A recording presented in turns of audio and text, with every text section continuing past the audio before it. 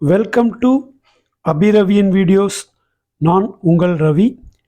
இந்த வீடியோவில் communication engineering part 11 FM transmitter பற்றி பார்க்க போகிறோம். அதாவது எஃப்எம் ரேடியோவுடைய டிரான்ஸ்மிட்டர். இப்போ நம்ம நார்மலாக பார்த்துருக்கோம், ஆம்ப்ளிடியூட் மாடுலேஷன் அப்படிங்கிறது என்னென்னா அந்த ஃப்ரீக்குவென்சியை வெர்டிக்கலாக மாற்றி அமைக்கிறதுக்கு பேர் ஆம்ப்ளிடியூட் மாடுலேஷன். அப்போ ஃப்ரீக்குவென்சி மாடுலேஷன் அப்படின்னு பார்த்தீங்கன்னா அது ஹரிசாண்டலாக அதை மாற்றி அமைக்கிறது. ஹரிசாண்டலாக மாற்றி அமைக்கிறப்ப அந்த ஃப்ரீக்குவென்சியுடைய வேவ் லென்த் மாற்றி அமைக்கப்படும், ஃப்ரீக்குவென்சியும் மாறிக்கிட்டே இருக்கும். ஸோ சென்டர் ஃப்ரீக்குவென்சின்னு ஒரு ஃப்ரீக்குவென்சி இருக்கும். அது அந்த ஸ்டேஷனுடைய இத்தனை மெகா ஹெர்ட்ஸ் அப்படின்னு சொல்லி அந்த சென்டர் ஃப்ரீக்குவென்சியிலேருந்து கூடி குறையிற மாதிரி ஒரு குறிப்பிட்ட ரேஞ்சில் கூடி குறையிற மாதிரி இருக்கும். ஸோ இதனுடைய பிளாக் டயக்ராம் பாருங்கள். இதில் ஒன்று ஆடியோ இன்புட், இதான் நம்ம கொடுக்க வேண்டிய மாடுலேட்டிங் சிக்னலை நம்ம கொடுத்துருக்குறோம். இந்த ஆடியோ இன்புட் என்னென்னு பார்த்தீங்கன்னா மைக் அல்லது ஒரு மியூசிக் பிளேயர்லேருந்து வரக்கூடிய ஒரு ஆடியோ அவுட்புட்னு வச்சுடுங்க. இது லோ ஃப்ரீக்குவென்சியாக இருக்கும். 20 ஹெர்ட்ஸ்லேருந்து மேக்ஸிமம் 20 கிலோ ஹெர்ட்ஸ் வரைக்கும் உள்ள ஃப்ரீக்குவென்சியாக இருக்கும். அடுத்தது ஆசிலேட்டர்.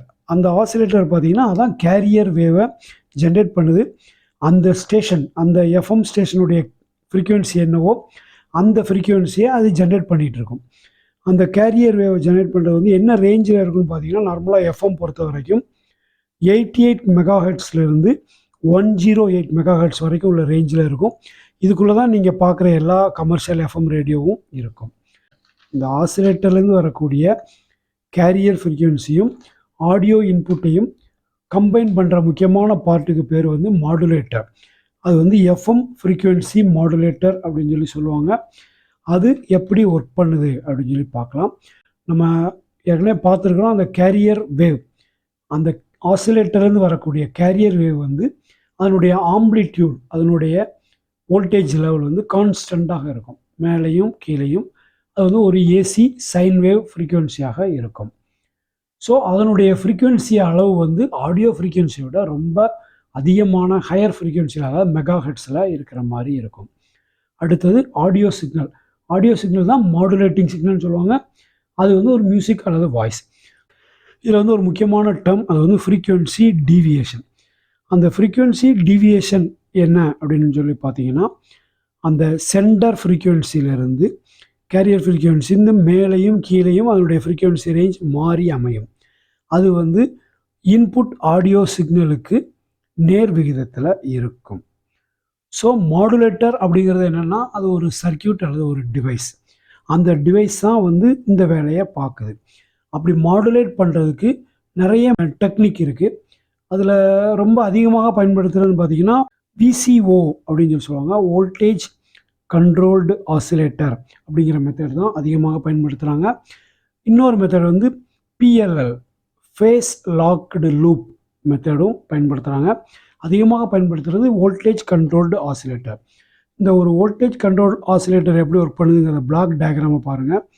அதில் அதுக்கு ஆடியோ சிக்னல் இன்புட் சிக்னலாக இருக்குது. அந்த voltage controlled oscillator audio signal சைலன்ஸாக இருக்கிறப்ப அந்த கேரியர் ஃப்ரீக்குவென்சி சென்டர் ஃப்ரீக்குவென்சி, அதாவது அந்த ஸ்டேஷனுடைய ஃப்ரீக்குவென்சியில் அவுட்புட் கொடுத்துக்கிட்டே இருக்கும்.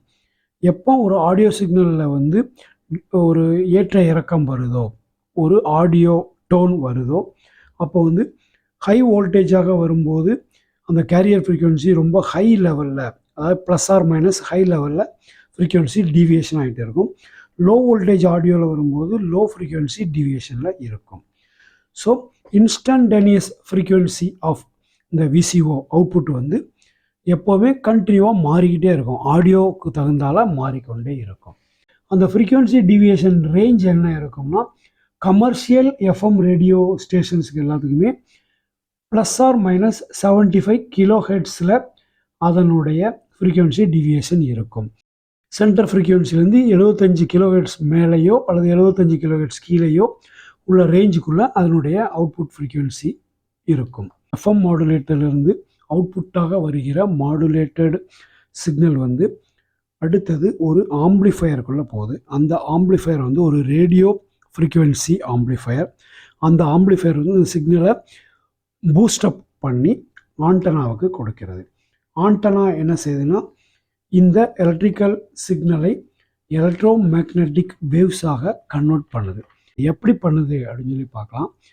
எலக்ட்ரிக்கல் சிக்னலை ஒரு ஆண்டனாக்கு நம்ம அப்ளை பண்ணுறப்ப அந்த ஆண்டனா ஒயரில் இருக்கிற எலக்ட்ரான்ஸ் வந்து பேக் அண்ட் ஃபோர்த் முன்னும் பின்னும் அசைய ஆரம்பிக்கும். எலக்ட்ரான் முன்னும் பின்னும் அசைறதுனால அதில் வந்து எலக்ட்ரிக் ஃபீல்டு அந்த ஆண்டனாவை சுற்றி ஏற்படுகிறது. அதே போல் அதில் உள்ள கரண்ட் ஃப்ளோவுக்கு தகுந்தாற் போல் அதில் ஒரு மேக்னெட்டிக் ஃபீல்டும் ஏற்படுகிறது. அதை வந்து பி ஃபீல்டு அப்படின்னு சொல்லி சொல்லுவாங்க. அந்த மேக்னெட்டிக் ஃபீல்டு வந்து என்ன பண்ணும்னா அதுவும் ஒரு வேரி ஆகிட்டே இருக்கிற ஒரு மேக்னெட்டிக் ஃபீல்டு. அந்த மேக்னெட்டிக் ஃபீல்டு வந்து இந்த எலக்ட்ரிக்கல் இ ஃபீல்டுன்னு சொன்னோம்ல, அந்த இ ஃபீல்டுக்கு பெர்பெண்டிகுலராக இருக்கும். ஸோ இப்போ இந்த ரெண்டு ஃபீல்டும் சேர்ந்து என்ன பண்ணுதுன்னு பார்க்கலாம்.